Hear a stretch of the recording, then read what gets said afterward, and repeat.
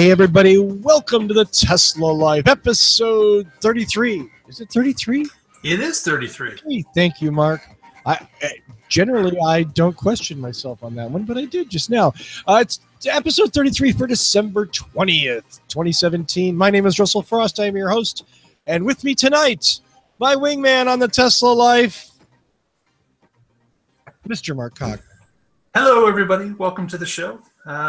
Sorry for the couple of minutes late, but hey, it wouldn't be us if it wasn't a couple of minutes late. Right, Russell? Now you're being really polite. I mean, 402? Do I not apologize for 402? This show is well worth what you paid for it. Absolutely. Okay? All I can say, you get every cent that you have paid for on this show. Invested in this show. And if we start 2 minutes late, I know. You know what? I know all. No, nobody's offended by that. They're not like, come on. I got things to do, Russell and Mark. And just to prove that we really care about you, we have an enormous show tonight with tons of news. Yeah. And I want to just get into it because otherwise, I don't know that we're going to get through all this. It's a ton of stuff, isn't there? We've been pulling from the headlines throughout the week. If you've been following us on Twitter at the Tesla Life, you've been seeing this happen all throughout the days. But let's get to it. Tonight, one of the most recent stories was an Inside EVs story about Tesla battery breakthroughs and what possibly they may have in their back pocket and are not telling us. A number, of course, people have analyzed the Semi and Roadster event and have, it's been the talk of the town as to how these vehicles are getting this type of range, how the battery density is available, what type of mega charger is going to be required to get those trucks charged within half an hour to 400 miles. There's a number of different questions relating around those two different battery packs. And this article goes through about how some think it's just not really possible with the current state of battery technology that Tesla has available to them. And we've heard from even some of our own panelists. Patrick Connor has sent in a note here and there about how that the new battery cell being about 40% more energy dense, even if it's only 10% higher and 10% wider, it's got about 40% more density to it. Just that alone allows Tesla to meet these numbers over time, over the next 2 years that we're waiting for these two vehicles to appear. So there's pros and cons on both sides. This article kind of goes through saying that is it possible that Tesla has an advancement or a breakthrough and they know they'll be bringing it to the market within 2 years. They do have that battery research center up in Halifax, Nova Scotia. They have a renowned battery researcher who has indicated that there have been some advancements. Maybe some of those advancements are being rolled in as we speak. So interesting to hear what the topics are out there, what people think, and there's a number of different, there's a number of different plausible outcomes for this. So I am no expert in any of those subjects, but it is interesting from the outside to watch and see what is going on, because of course we were blown away by the claims as well when the event happened. It was quite a shock to hear a 500-mile semi, and the price we later found out being $150,000 or $180,000, when we understand that those semis regularly sell for that close to that kind of money for the diesel equivalent. So there's a lot of questions out there. Yeah. What do you think? What do you think on this, Russell? Well, I mean, I'm not that smart. And by that, I mean, I'm really smart. I'm just too humble to say that. But I was an art major. So, math is hard, as the saying goes. But our friend Patrick Connor, who is really smart and is really good at math, did some napkin math, the back of the bar napkin math on the Semi, and claims that with existing technology, Tesla can get close to making a viable product. Now, we didn't go through that same exercise with the Roadster, and I think that's the one that's a little bit tougher. There's been a lot of talk about a double stack of batteries, which would work, and that people sat, the couple of people that rode in it said they sat a little higher than in the Lotus. That's not very hard. The Lotus, you are literally inches off the ground. I think this car, I think they learned from the Lotus that people want it to be a little bit bigger. A little bit. Yeah. It's okay. It's a supercar and whatever, but it's still. So I don't think. I don't know that that's conclusive evidence, but it's a data point. Why not look at it? So, I guess to summarize, the Semi. For me, it's the charging thing, and that's the real question. Is going to be: can they actually pull off charging this beast? As they say they're going to do. The batteries and the building. I mean, the price. Excuse me, and the price. The price. It really doesn't add up, though, does it? When some of these guys are saying that you put that many batteries in a truck, battery cost is going to be about $100,000. So that leaves you what, $50,000, $60,000, $70,000 for the rest of the truck. Right. It's basically like, you're buying all these batteries, and here's a free Model 3. What is the truck? I mean, again, I don't know. Like building a truck. Is it obviously there's more materials involved, but it's not always the cost of raw materials that make up manufacturing cost. No, you've got labor, you've got R&D, you've got things that you have to recoup. So yeah, definitely those things are rolled and baked into it. Yeah, assembly and shipping and all of this other stuff. So the question is, could they build a substantially larger vehicle for not substantially more money? And the answer is I don't know. I think that's certainly possible, but yeah. So like you said, there's arguments on both sides of this, and as we get closer, I think some nuggets of information will start to slip out. If there is a battery breakthrough in the wings, I know that we will hear about it before launch of the vehicle. It'll leak out in other papers and other information. In fact, Elon may even state it himself as we get closer to that. So right. I guess we'll keep our eye on it and update as we find out. A lot of this stuff, we're going to have to see the thing and take it apart, and before we know how they did it and if it actually works. Yeah. Well, our next story is from where Russell used to reside. Where's that? Oh, that's right, Florida. Yeah. I admit I have lived in Florida, but let's talk more specifically because Florida isn't really the deal. But Inside EVs reported this week that the first confirmed non-employee delivery of a Tesla Model 3 took place. A gentleman named Daniel Zorilla was the first person to receive a Model 3 configuration email less than a month ago. And he apparently he didn't have to go to Fremont for this though, right? Yes. Fremont for he is going to Fremont on December 26th. I got nothing. But anyway, okay, so excuse me. He lives in West Palm. He's going to go to Fremont and pick up his Model 3, and God bless him. That's wonderful. You know what I mean? Like, that's great. Now, enjoy your 3,000-mile trip back home, sir.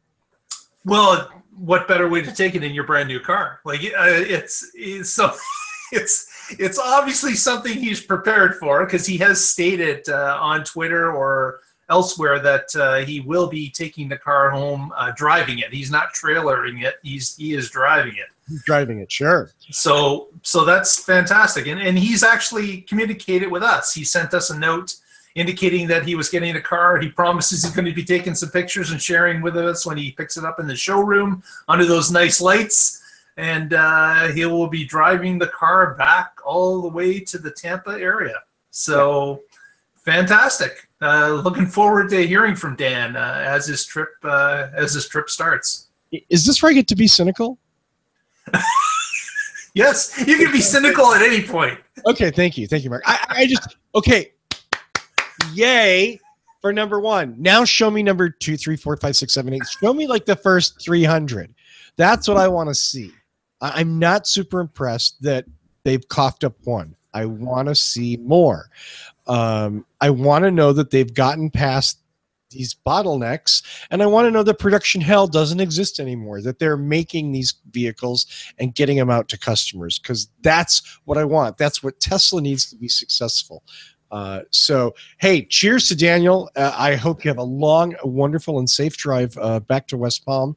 And, you know, but I want to see the rest of them. You know, where are the other ones? Where are the others? Yes, there should be an avalanche of people saying that they're picking their cars up, and there should be a ton of photos, and there should be people screaming it on the internet, because everyone's been waiting for so long. So you've got to believe that there are a ton of people just chomping at the bit to pick up that car, and would be more than happy to scream at the top of their lungs that they're getting it next week.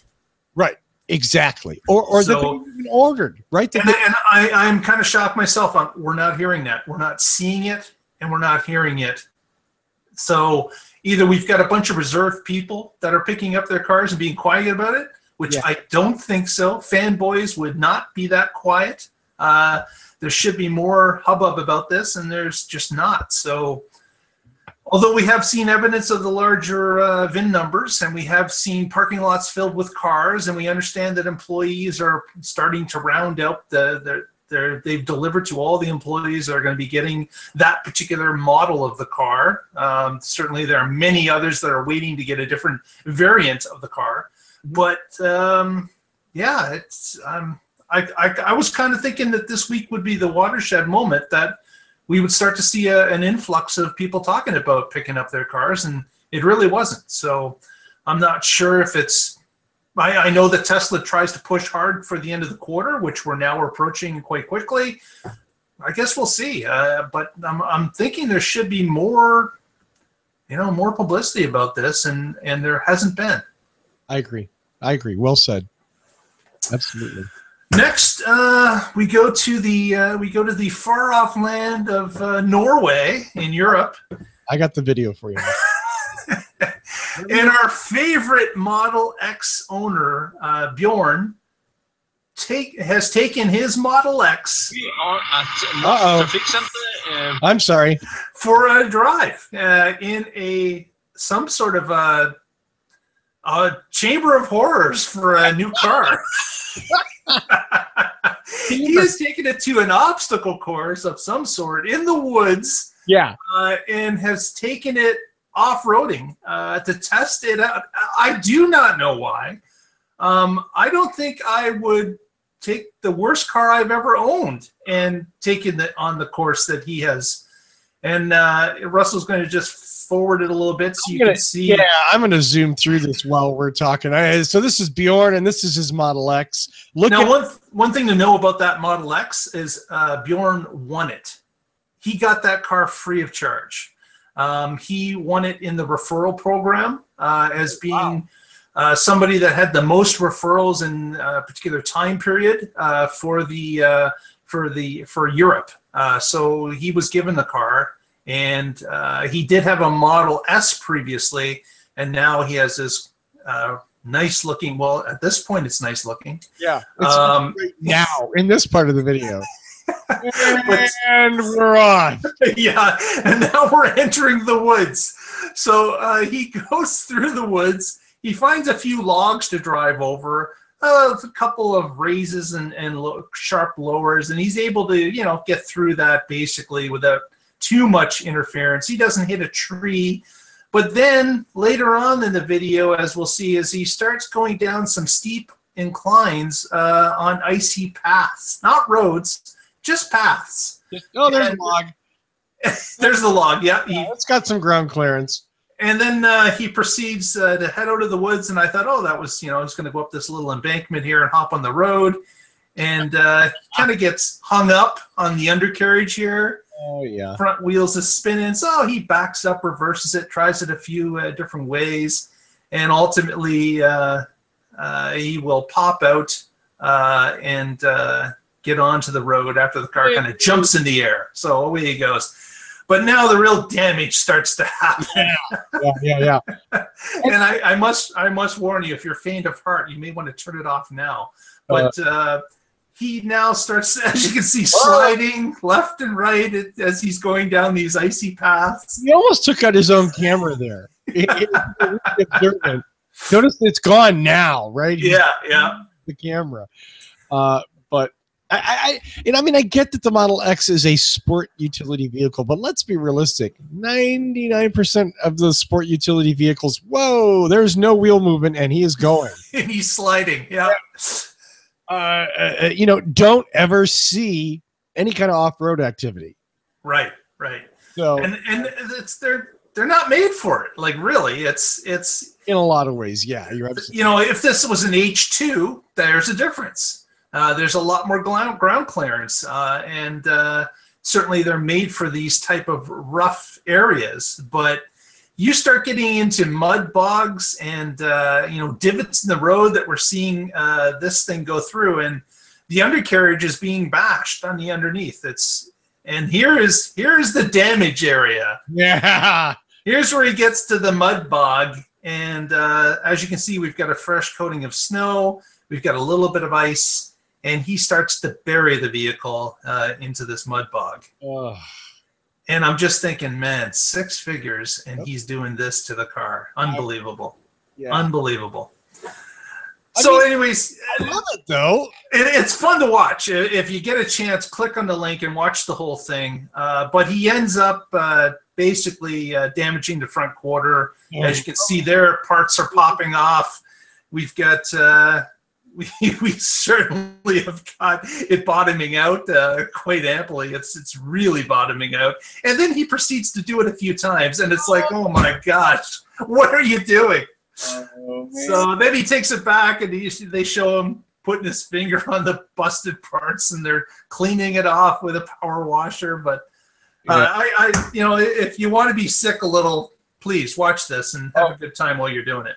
There's a branch. Yeah, it's yeah. I don't know why he just, it's great for us viewers that we can kind of watch from the outside. But man, the vehicle is at right now. Yeah, exactly. Well, he has to get it towed out. He cannot move it ananymore. It's like buried. And he ends up getting some sort of a 4-wheel drive to come help get him out. But certainly damaged. Don't do this.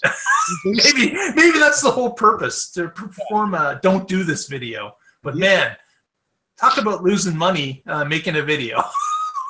Here comes right with the Jeep. Har har har. So we'll just we'll just skip on that. But to have a watch. It's entertaining to see what this guy has done. But absolutely, and you can find him on YouTube. Bjorn Nyland is search for Bjorn Nyland Tesla Model X Winter Off-Roading. We thank Bjorn for letting us use a little bit of that video. Do visit him and see the whole thing if you're interested. Very good. And Russell, you got the next story about Tesla owners scheduling their own service. I don't even. This one's really, really simple. So Teslarati reported that now, as a Tesla owner, you can go to under your Tesla account and you can schedule a service appointment online. You don't have to call. You don't have to email. You can just schedule it there through their online system and get taken care of. In my opinion, this is a wonderfully civilized way to deal with things. You know what I mean? Like you can do it whenever you want, however you want. You don't have to get dressed up. You don't have to call anybody, and just go there, do some clicking, look at the times that are available. Yay! Pick your time and you're on your way. Yeah. Absolutely. Yeah. Clean and simple. And there are a couple screenshots if you want to take a look at what you would get if you were to go through the process on the link in the show notes. Absolutely. Yeah, please do that, because all of a sudden I'm at a Kaiser Permanente health site and I don't know why. So we're going to go to the next story. Before you book something, yes. Yeah, I just set myself up for open heart surgery. Now, every week we've reported numbers that have come back from reservations on the Tesla Semi. And again, this week we have another Number one. Last week, it was PepsiCo. The week before that, it was Cisco. Now we've got UPS getting in on the system, and they want 125 units that they've reserved.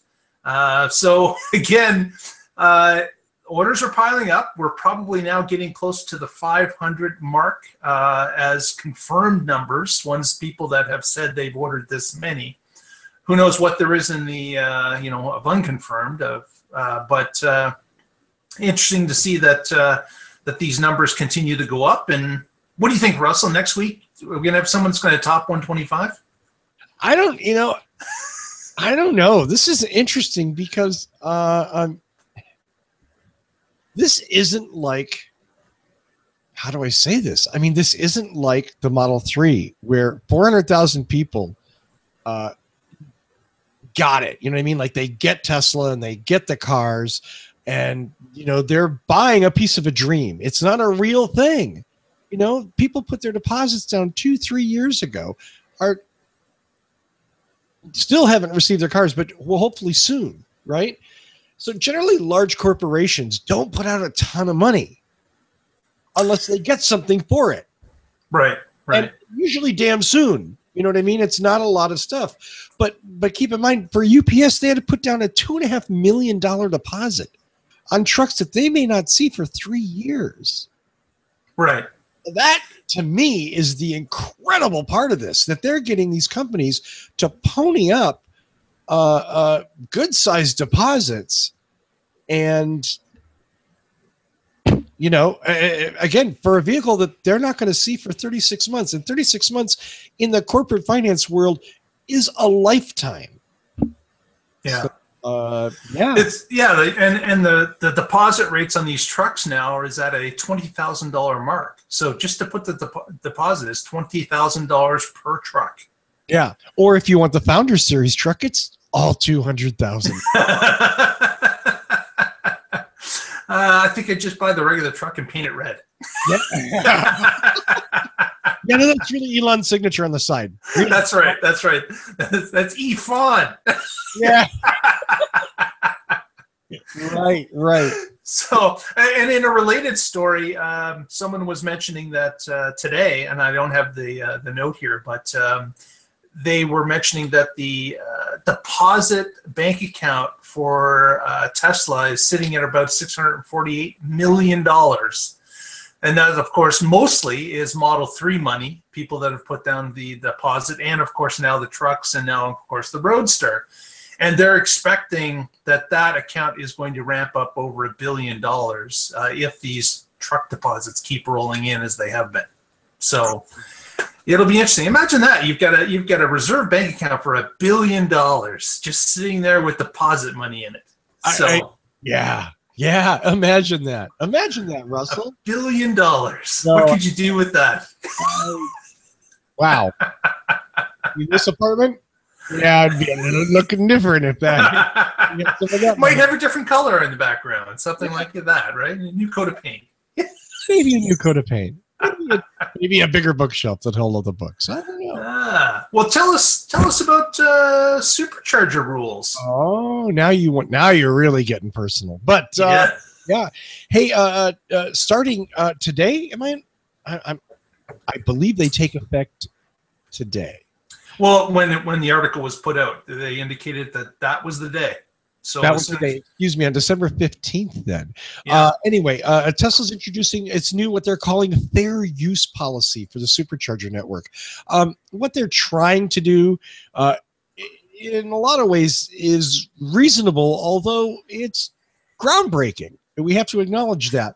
But according to Tesla's legal page, you're not allowed to use the supercharger network if you are using your vehicle for commercial purposes. And commercial purposes are defined as a taxi, ride sourcing or ride sharing, commercial delivery or transport goods, for government purposes, or for any other commercial venture. Funny because I've been driving the Hyundai Ioniq electric vehicle, so I've been at chargers, not superchargers, of course.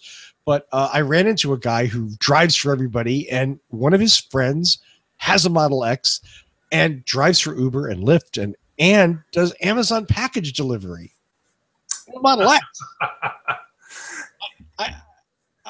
And he is the reason that this rule was created. Well, I mean, I'm sure a lot of it is, I think a lot of it's more anticipation. Tesla's trying to kind of get out in front of what could be obviously a huge commercial issue, because these, Uber drivers probably aren't going to go home, and charge. They're going to go to a supercharger. And that could certainly add to congestion at the chargers. I, in a way, don't blame Tesla for this qualification. Now, that said, when Ford sells you an F-150, you can do whatever you damn well please with it. And nobody at the gas station says, I'm sorry, you're in construction? No, you can't have any gas. So this is but the service station is not giving away free gas either. I totally agree, but I think we have to acknowledge that this is Tesla staking out some new ground in vehicular law. Right. Well, now do keep in mind that any vehicle that was sold prior to December 15th is still on the old set of rules. They're not changing it for the old guys. Anybody that has a Tesla currently, an S or an X, before the 15th of December, they can do whatever they want. So the guys at the Tesla Loop that run between LA and San Diego and LA and Nevada, they're going to keep doing what they're doing. That fleet that's in, I believe it's Norway, 160 Teslas strong. It's a taxi firm, and that's all they're doing is taxiing people around the country. And they are going to continue to do it. But it does prevent them. Any new Tesla they add to their fleet is excluded from that program. Right. So here's while I was, after I talked to that gentleman at the charger, and while I was spending the rest of my 30-minute fast charging time charging my Hyundai Ioniq, this came to mind. Tesla Supercharging Network. Elon specifically designed a proprietary plug that is unique to Tesla. Only Teslas can charge in the Supercharging Network. And in fact, unless you buy some manufacturer non-approved adapter, the only place you can charge them is in your home and at the Supercharging Network. Or destination chargers. That have a Tesla plug? Yeah. Okay, that Tesla, but Tesla is the only source of Tesla charging.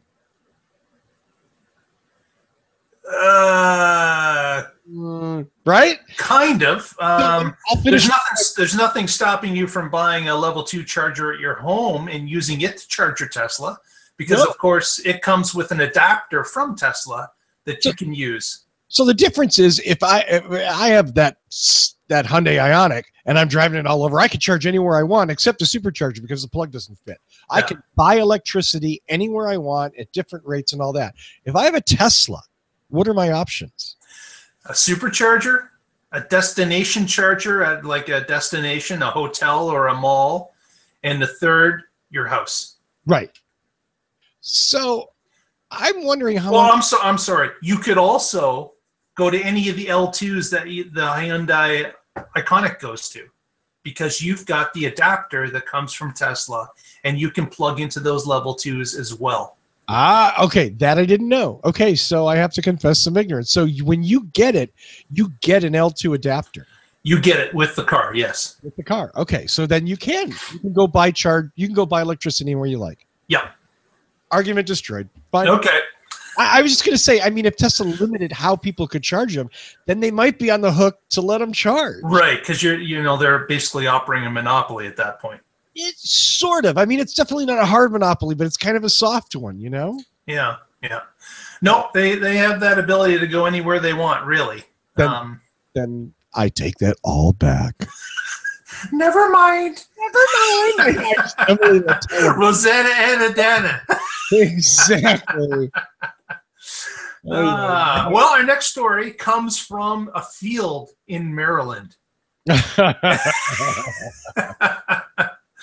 So our friend Elon Musk, who, if you visit his Twitter page, indicates that his title is hat salesman. I don't know if you've seen that lately, but he is selling the Boring Company hats, and he's selling tens of thousands of these hats.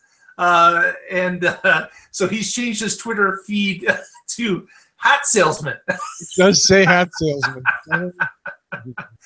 And what was discovered through some papers recently in Maryland is that the Boring Company will start tunneling in Maryland for their Washington Hyperloop or skate loop or whatever they're going to call it, is going to start, they believe, digging with one of the new boring machines they've purchased in January of 2018. So the article has this great shot of a field on a cul-de-sac where they've got a small little fence up, and you've got this indication of this is the dig site. I'm not seeing that. I've got to check my link. If you were to click on that link, I believe it has a photo of that site. Okay. Well, I don't have that. It's a different It's a different link. Maybe we get the links mixed up, possibly. No. It's the Camden Yard story, right?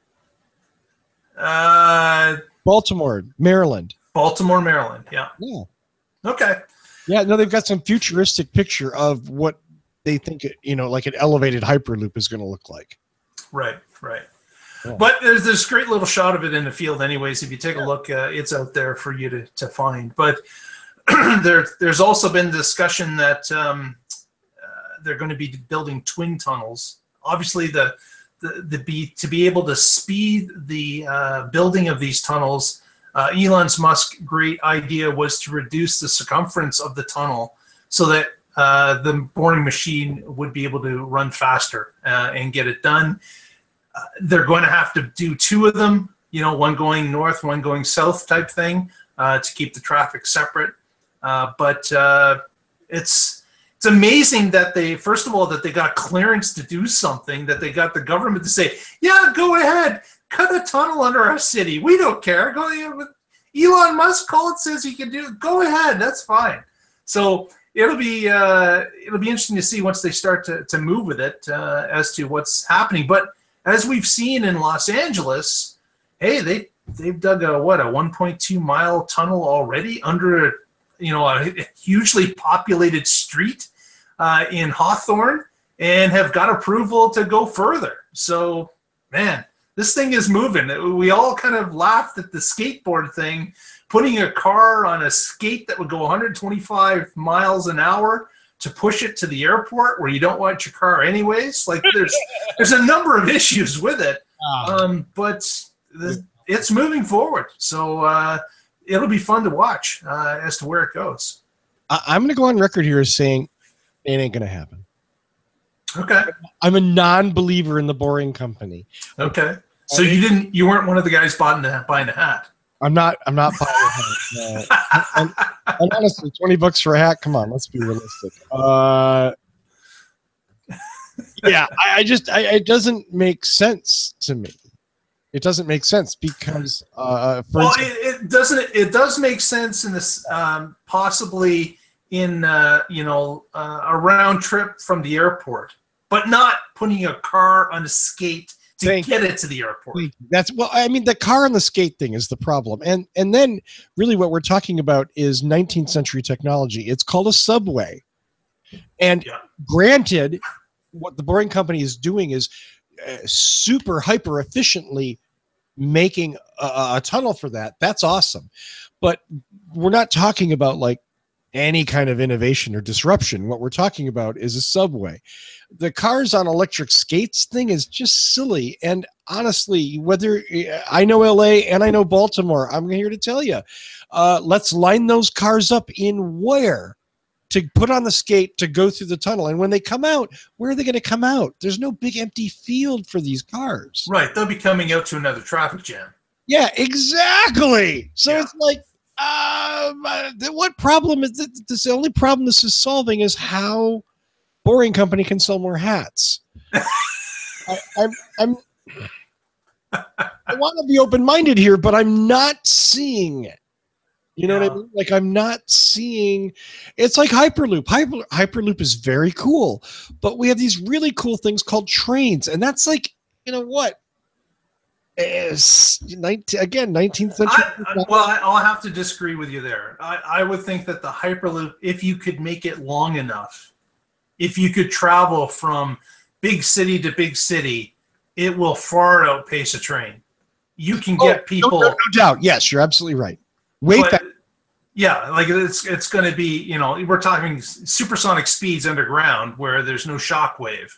It would be interesting to see if they're going to do that, or if it's going to be above ground in a tube that is vacuum sealed or whatever. I think the Hyperloop has some merit on long distances, but like you said, I believe the train is the better option. If you can build the tunnel faster, that's better for the train. Right. Absolutely. We have existing technology that doesn't come with the problems the Hyperloop has. Yeah. And, you know, if there was an underground tunnel to go between San Diego and Los Angeles and it didn't take 2 hours or more in a car or 2 hours or more on the train, and you could get there, let's just say like an hour. Yeah. That'd be pretty incredible. I mean, like, people would be really happy about using that. Yep. You don't have to get there in 10 minutes. Right. That would be incredible. But I feel like I'm arguing, like, just calm down, lower your expectations. And that's so not me. But some of this stuff is like, it's taking a problem and coming up with the most complicated Rube Goldbergian sort of solution, you know, when it doesn't require right. And I can't help but think about the monorail episode of The Simpsons. I can't get that out of my mind. You know? The monorail salesman, yes, indeed. Yeah, yes, I did not get that out of my mind.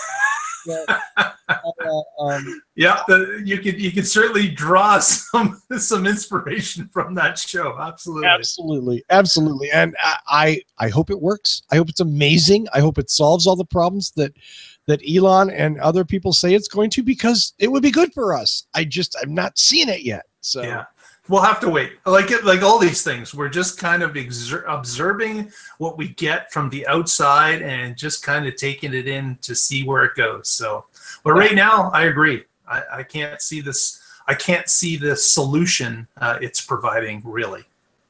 Yeah.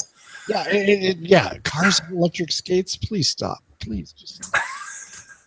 Next, we get a little bit of news about some increasing, which is always nice to hear. Speaking of, and we just talked about this a few stories back, but I mean, apparently, you know, we've reported in the past that some Tesla Model 3 parts suppliers had said that Tesla had asked them to back off on their orders. It asked them to reduce the numbers or delay the shipments. But now what we're seeing is a report out of Taiwan suggests, and I'm going to quote the story, a complete reversal. And they're saying that Tesla has increased demand for parts in question back up to 5,000 units per week sometime this month. Wow, that's amazing. I mean, that I don't know what they're going to do with those parts if they're building the cars, or if they've got some amazing, like maybe that robotic warehouse is finished and they want to fill it with something. They want to fill it with something. God knows why, right? Nobody wants to, but it's a great sign. You would think that if they've increased, in fact, the article even mentions that the supplier is now even flying items because ships aren't getting there quick enough. They're putting some items on planes that get them to the factory. So I don't know if this is incompetence or if this is a huge increase in production. I'm hoping it's the latter. Yeah. We're all hoping it's the latter. We're hoping that they are building cars as fast as they can. But this is at least as positive news compared to the news that happened about a month ago, that when they were saying we got to slow down and we can't receive any more parts because there's no place to put them. So let's hope it is the latter. Let's hope that these cars are being built again, love to see some evidence. Yeah. You know, the parking lot should be overflowing if that is the case. I don't know where you're going to put 5,000 cars in a week, but you can't really hide them. They're going to be out in the open somewhere. Right. Yeah. So, it's not going to be a parking lot in Marina Del Rey. You know? No. So well, again, maybe this week we'll start to see some more evidence, and hopefully that is the case. Yeah, I hope so. I really hope so. Because that would be the best possible news, to start hearing about people getting configuration emails and people starting to take deliveries. That would be awesome. And we did. I don't have it in the show notes, but there was a notification that a third wave of configuration emails did go out earlier in the week. So really, I didn't. We did get confirmation from some that the third wave has gone out. I have not heard of a fourth wave yet. I'm expecting one, but none has happened. But we've now had 3 waves of emails that have gone out. Right. Well, I mean, hopefully this Taiwanese source, this is, what is it? The Hoda company, Hoda Industrial Manufacturing, that they claim that Tesla's back up to 5,000 a week and they want this stuff now. So, yep. So hopefully that's the case. We'll see. Yeah, that would be totally awesome. Well, here in the Great White North of Ontario, we are further cementing our reputation of being the EV capital of North America, because the Ontario provincial legislature has provided some new EV truck incentives for the Tesla Semi, for BYD trucks. The new plant is being built just outside of Toronto, is going to be built just outside of Toronto. And other trucks that are being sold in the Ontario market are going to qualify for an incentive up to, get this, $75,000 per truck. So, man, that's my tax dollars going out to guys that are buying trucks and putting EVs on the road. It's quite a bold move by the government. They are here. We already have, if you're not familiar with it, there is a $14,000 incentive here in Ontario for electric cars based on how many passenger seats there are and the size of the battery. But 14,000 is the maximum. I don't know. It's a bit of a bold move. We'll have to see if companies are going to be on the uptake for this. We know from orders from the Tesla Semi already that some Ontario companies are already on board with the early orders. Loblaws, which is a grocery store here in Ontario, is on record for 20. Walmart Canada is on record for 15. So there are groups that are already involved and have ordered the semis. And with the BYD coming as well, there's going to be garbage trucks and other municipal vehicles that will be able to be ordered that will be all electric configuration and, save the smog from our cities. So interesting to find out as this program moves along, how successful it will be and what the uptake will be from industry here in Ontario. Yeah. I mean, that's the really killer thing about this with Tesla, with BYD, whatever, the chance to really knock down the amount of pollution that is spewed into our air. I'm not talking about saving the planet. I'm talking about saving the humans and cutting down childhood asthma and everything else. This is a huge opportunity, and it's really cool to see this finally happen. Yeah, so I'm sure the rest of the other provinces and states will be using this as a test case to see what will happen from it.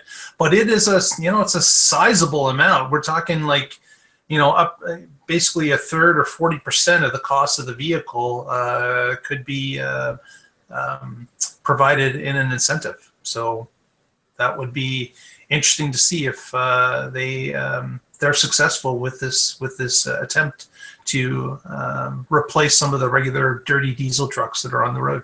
Yeah, which would be very cool. Very cool. Well, I think we have a really special story to sort of end the evening.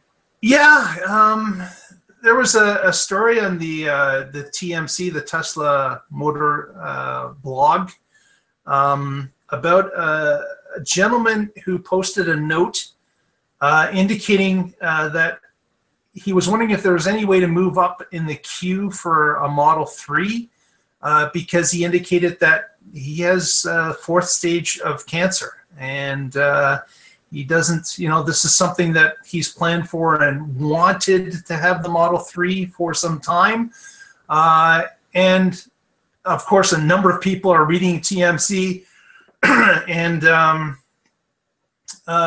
a person who was connected with Tesla, I believe her name was Bonnie, had saw the note and got in contact with some I guess associates at Tesla, and first arranged that the gentleman, someone would bring a Model 3 to him and allow him to use their car on a number of test drives and let him actually use a real Model 3, which they did. They went out and allowed him to drive it for half a day or so and taught him about the car and took him for a number of, let him drive and have a great time that afternoon.